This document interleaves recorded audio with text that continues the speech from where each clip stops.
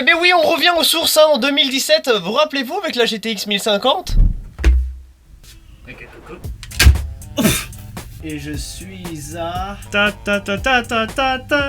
Oui, non, ok, je l'avais cogné sur un clavier, on avait surnommé les ports, mais on va refaire pareil.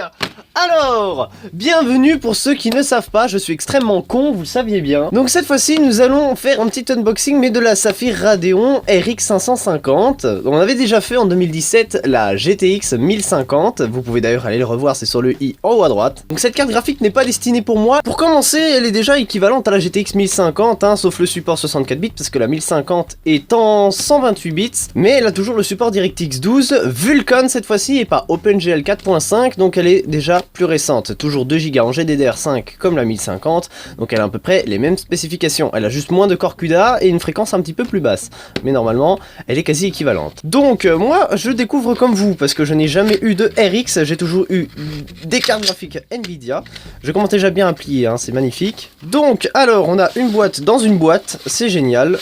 Voilà, il suit pas le modèle d'Nvidia, ils s'en battent les couilles. Dans cette fameuse boîte, si j'arrive à l'ouvrir, je ne sais pas comment on l'ouvre. Ah, ben si, on l'ouvre comme ceci.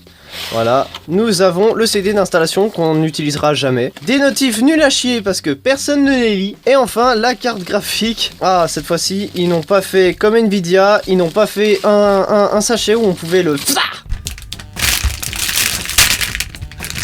C'était vraiment très doux. Non, là, ils s'en battaient vraiment les couilles, hein. C'est... Ah, par contre, elle a la même gueule. Ah, oh, so satisfaisant.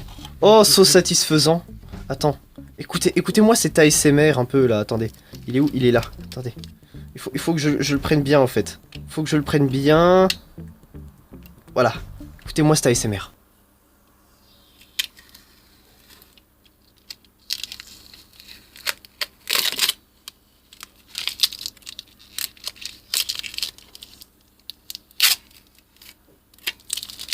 Oh, quel ASMR. Oh, magnifique ASMR. Quand on en parle que la carte elle est magnifique alors que pourtant elle restera toujours dans un PC et on la verra pas. Ah oui, ça c'est vrai, les cartes graphiques, ça essaye toujours de faire beau mais ça reste dans un PC. Enfin après ça dépend des PC, il y a des PC avec des plaques en verre là on voit bien. En tout cas elle ressemble énormément à la GTX 1050. Ouais elle y ressemble hein, celle-là c'est la Saphir, la GTX c'est la Gigabyte. Et ouais on a toujours nos fameux ports hein. On a toujours Peggy 16, Peggy... 7 et Peggy 18. Ah, quel magnifique port. Et donc voilà, globalement c'est une carte graphique, hein, je peux rien vous cacher. Et nous allons la brancher dès maintenant et voir si elle fonctionne. Donc voilà, hein, comme vous le saviez, c'est pas pour ma carcasse hein, que je fais ce machin, c'est pour celle-ci. C'est pas mon PC et on s'en bat bien les couilles. Alors, où mettons une carte graphique dans un ordinateur? C'est très simple, il y a eu un clignotement, c'est bizarre. Regardez. Là nous avons déjà l'ancienne carte graphique de la tour, c'était une GT 730 d'ailleurs, vous avez même pu les voir au début de ma chaîne YouTube, hein. Franchement c'était vieux. Et donc du coup c'est très simple, vous ouvrez les ports PCI, si j'y arrive, bonjour monsieur, quel bit. Voilà, hop, on ouvre le port PCI, on le prend, et là normalement on peut délock la carte graphique. Donc... En gros, il y a un petit machin là-bas au bout qu'il faut clipser, hein, c'est toujours sur les cartes graphiques, la mise au point tous les fois, oui merci. Donc, on appuie normalement sur ce clipser, et là on peut démonter la carte graphique facilement. Et donc voilà, une vieille GT 730 toute nulle, et on va la remplacer du coup avec la Saphir RX 550. Il y a une belle grosse différence on va dire, bon grosse elle est quand même pas, mais au moins voilà, ici on a les ports standards basiques et les anciens ports standards basiques avec le VGA qui n'est d'ailleurs plus utilisé. Donc on va virer celle-ci qui a une très basse fréquence et on va rajouter du coup celle-ci, la RX. D'ailleurs si vous regardez elle n'a pas de port d'alimentation parce que l'alimentation ne le comporte pas, il n'est qu'à 350 watts et ce n'est pas assez pour mettre plus que ça. Donc on va la rentrer ici. Voilà, on fait attention au câble quand même, hein. On la rentre dans le port PCI. C'est chaud hein, de rentrer des cartes graphiques, hein, je vous le dis. Et hop, et voilà. C'est rentré dans le port PCI Express. Il faut bien regarder si c'est clipsé et bien regarder aussi en dessous si c'est bon. Parce qu'en dessous on voit le rail du PCI Express. Et avec ça on peut savoir si la carte est clipsée ou pas. Donc normalement c'est assez bon pour ça. Et enfin on peut remonter le port PCI. Super bon PC, hein, Discord on voit qu'il se connecte fort bien. Du coup... on remet le port PCI Express avec la petite vis. Et voilà, nous avons une nouvelle carte graphique qui est insérée dans cet ordinateur, qui n'a pas de câble management d'ailleurs, hein, c'est bien dommage.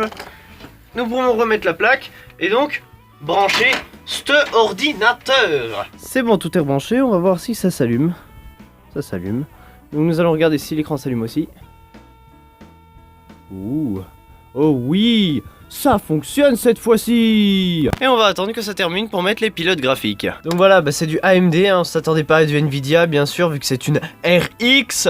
Ok, les pilotes sont installés, maintenant nous allons lancer Minecraft pour voir si la carte graphique délivre bien toute sa puissance. Bien sûr, faut tester ça avec de bons shaders, hein. Quels magnifiques shaders. Malgré qu'on soit sur un monde plat, ça tourne plutôt pas mal on dirait, hein. 120, 29, 108... Oh, ça tourne pas mal. Ça tourne pas mal. Est-ce qu'il est content? Non. T'es pas content pourquoi? Parce que tu me filmes. Les amis de Geoffre. Ouah, caméra comme ça. Bon, écoutez, c'est sur ceci qu'on va se laisser. J'espère que ce unboxing vous a plu. Regardez-moi ça. Ouais, il est content, il joue à Minecraft. Non, je casse des blocs. C'est pas pareil. En tout cas voilà, j'espère que cet unboxing vous a plu. Si vous voulez, vous pouvez même aller revoir l'unboxing de la GTX 1050 qui date déjà de 2017. Donc j'espère que la qualité sera pas trop dégueulasse. En tout cas pour les nouveaux, n'hésitez pas à vous abonner, ça me ferait extrêmement plaisir. À mettre le petit j'aime si cette vidéo t'a plu. Mais en tout cas je te dis bye, continue ce que tu fais sur YouTube parce que sinon ça ne serait pas YouTube. Boom.